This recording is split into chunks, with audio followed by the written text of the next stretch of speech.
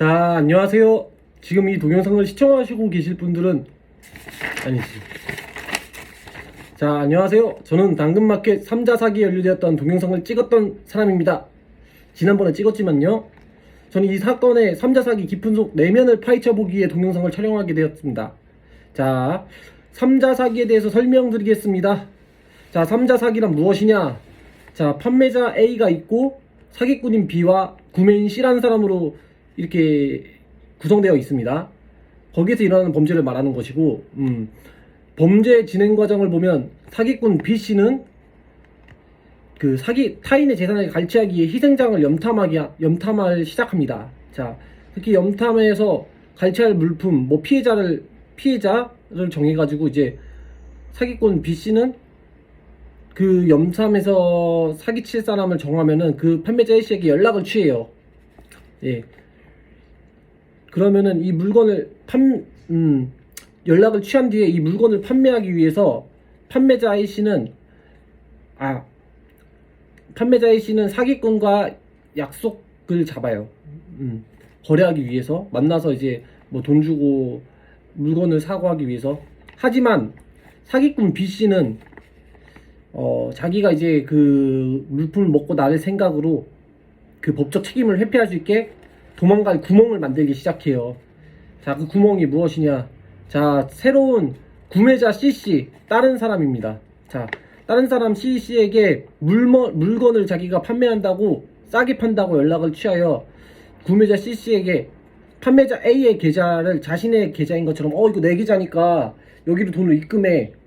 그럼 내가 물건을 보내줄게 라고 자신의 계좌, 타인의 계좌를 이제 A씨, 진짜 판매하는 사람의 계좌를 그 사람한테 알려주고,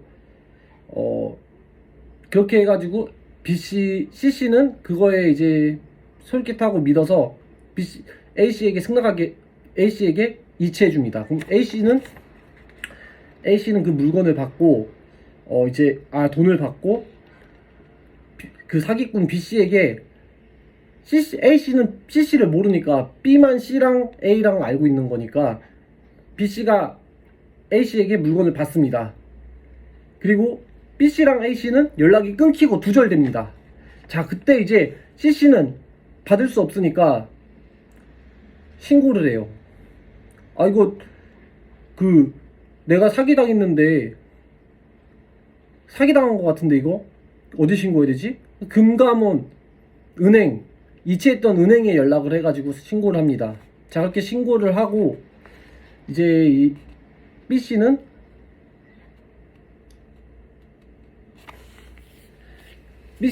이제 신고를 해가지고 사라지고 B씨는 사라지고 C씨가 이제 A씨를 신고하게 됩니다.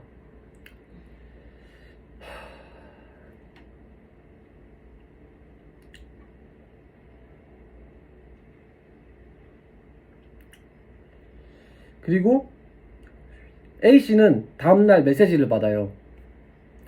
은행으로부터 메시지가 왔겠죠? 금융사기로 신고로 인해서 계좌가 정지되었다. 이의를 제기하라는 문자가 날라와요. 그리고 계좌가 정지되어 아무것도 할 수 없게 돼요. A씨는. 그러면 A씨는 나는 정상적으로 물건 주고 샀는데 아무것도 할 수 없네? 일단은 메시지 날라온 게 이의 신청하라는 메시지가 날라왔으니까 증거 자료를 모아가지고 은행에 가게 됩니다. 은행에 가면은 이제 은행 직원한테 나 이렇게 해가지고 사기 당했다. 앞서 말했던 내용을 설명하면서 이제 거기다가 이의 제기를 합니다. 이의 제기가 끝나면 자꾸 이게 결과 처리를 기다립니다. 이제 언제쯤 처리가 되는지. 하지만 이거는 결과 처리가 안 돼요. 왜냐면은 C씨가 A씨를 신고한 거이기 때문에 일단 A씨 그 판매자인 사람은 피해자이지만 피의자가 된 상황이에요. 그러니까 C씨가 A씨를 고소하는 상황이에요. 그래서 A씨는 아무것도 할 수 없게 돼요. 자, 그리고 두 번째 방법이 아니라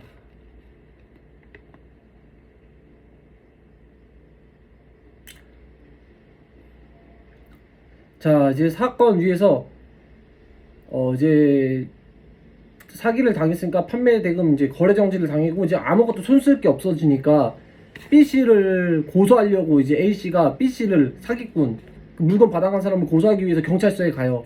증거물을 가지고. 하지만 그 헛걸음이에요. 가지 마세요. 절대 가지 마세요. 가봤자 필요 없어요. 왜냐하면은 C씨가 이미 A씨를 피의자로 신고했기 때문에 사건 접수가 되고 진실 규명이 될 때까지 그 정황이 B씨가 사기쳤다는 정황이 나올 때까지 A씨는 B씨에게 신고를 못합니다. 그리고 거기까지 기다려야 되는 시간이 대략적으로 2달이에요. 2달. 딱 2달. 대략적으로 그 이상으로 나올 수도 있어요.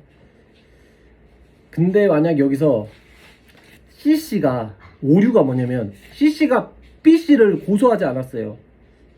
진짜 연락 주고 받았던 건 C씨랑 B씨랑 연락해가지고 A씨에게 입금을 한 거잖아요. 판매자에게. 근데 C라는 그 구매자가 B씨를 고소하지 않고 A씨에게 그냥 나 귀찮으니까 돈 내놔. 그러면 어떻게 될까? 라고 생각을 해봤어요. 근데 그렇게 되면은 B씨가 빠지게 되면은 C씨는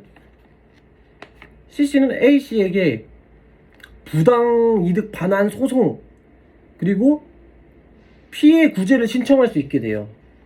이게 무슨 말이냐면은 내가 돈이 잘못 입금된 거니까 그쪽으로 들어간 거는 부당 이득이다. 내 돈이다 원래. 그러니까 내놔라.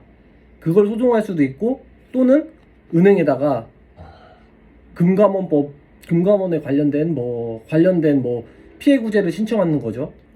이제 여기서 나 여기다 해가지고 피해봤다. 응? 이건 내 돈인데 여기서 가져갔으니까 그걸 어떻게든 돌려달라. 2가지 방법이 있어요. 그렇게 진짜 할 수 있지만 여기서 B씨가 빠져버리고 잠적하게 되면은 A씨는 아무것도 할 게 없어요. 판매자, 물건 판 사람은 아무것도 할 게 없고 그냥 손가락 빨아야 돼요. 진짜 아무것도 할 게 없어요. A씨는 그냥 그 상황에서 무엇을 해야 되냐? 잠자코 기다려야 돼요. 아무것도 안 하고.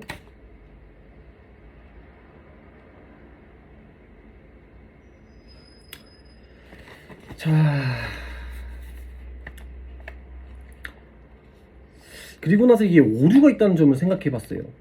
제가 얘를 반대로 이제 B씨랑 C씨랑 짜고 A씨 판매자한테 사기를 쳤다면은 생각해보고 B씨랑 A씨랑 짜고 C씨한테 사기쳤다고 생각을 해봤어요. 근데 참 이게 의문스러운 점이 많아요.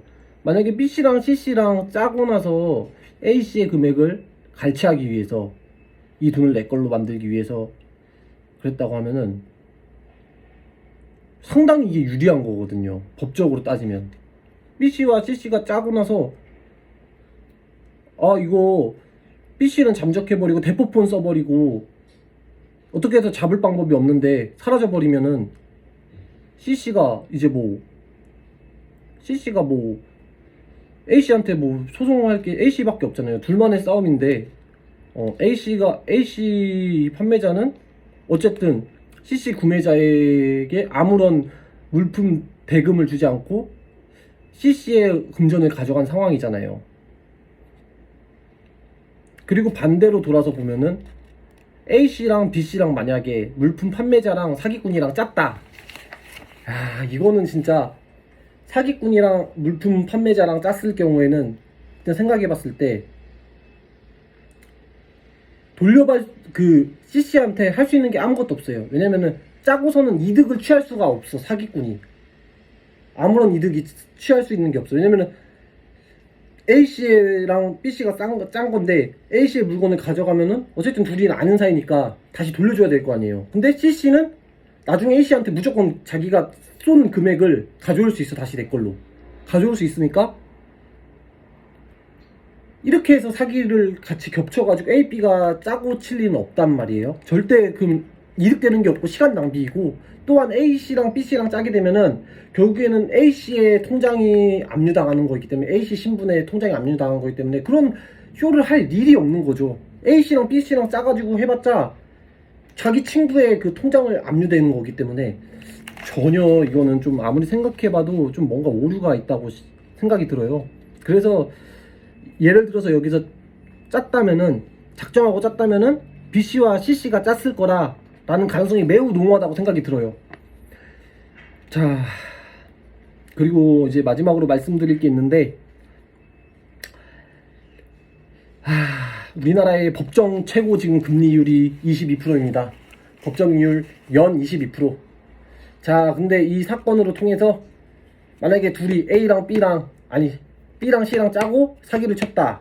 B랑 C랑 짜고 100만 원이라는 금액을 A한테 송금해 놓고 물건을 가져온 다음에 나중에 C씨가 다시 A에게 소송을 해가지고 물건을 갖고 올 수도 있다 하면은, 이거를 법적 금리 이자로 생각을 해봤을 때 22%니까 연 동안 22%면 100만 원 줬다고 하면 22만 원을 다시 가져오는 거잖아요. 22만 원을 이자로 받는 건데 50만 원 아니지 80만 원, 90만 원, 대략 물건을 싸게 샀다고 해도 90만 원 돈, 90 몇만 원 돈, 거의 금리가 90%가 되는 거죠. 연 90%인데 그것도 이 사건 처리가 끝나려면은 대략 6개월도 안 걸려요. 생각했을 때. 왜냐면은 채권 소멸 시효가 2개월이니까 2개월 동안 끝나고, 이거 돈 내놔라 소송 및 피해 구제하면은 그것도 2달 안에 끝나고, 총 길어봤자 4달에서 5달이네. 4달에서 5달 만에 98%의 수익이 생겨요. 90%, 80%의 수익이 생기는 거예요. 그럼 둘이 나누면 되겠죠. 만약에 짜고 사기를 쳤다면 나누면 되겠죠. 네.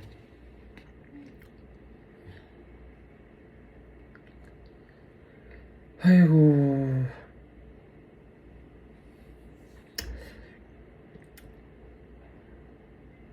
만약에 이런 사기를 당하지 않으려면은, 제가 생각해 보았을 때는 무조건 이제 중고 거래 하시는 분들도 계실 텐데, 여기서 중고 물품을 팔던 사던 이 사건에 휘말리지 않고 그러려면은, 일단 특히 판매자분이 조심하셔야 되고, 판매자분은 만났을 때 무조건 이제 현금으로 받아야 될 것 같아요. 수령을 현금으로. 그 자리에서 신분도 확인하고, 그 돈이 어디서 온 건지 모르니까 신분을 대조해서 이제 확인하고 현금으로 딱 받아야 될 것 같아요. 그러면은 나중에 사건에 휘말릴 일이 없어요. 그렇게 되면은 뒤탈이 생길 게 없습니다. 네. 저번에 말씀드렸다시피 그렇습니다.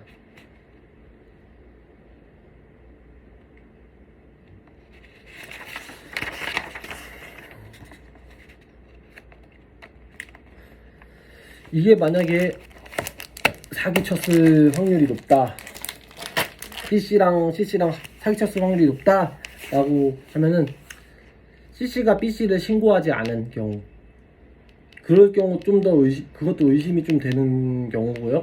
꼭 무조건 그렇다 해서 그렇다는 거, 그 사람이 짰다는 건 아니고, 왜냐면 확실한 근거와 정황이 없으니까, 그러니까 증거가 없으니까 저도 이렇게 함부로 말씀드릴 수는 없고요. 그럴 수도 있다라고 저는 말씀드리는 겁니다. 자, 그러면은 저도 지금 이제 물건을 판매하고 이의 제기한 상태이기 때문에 좀 기다려 보도록 하면서 다음에 또 찾아뵙겠습니다.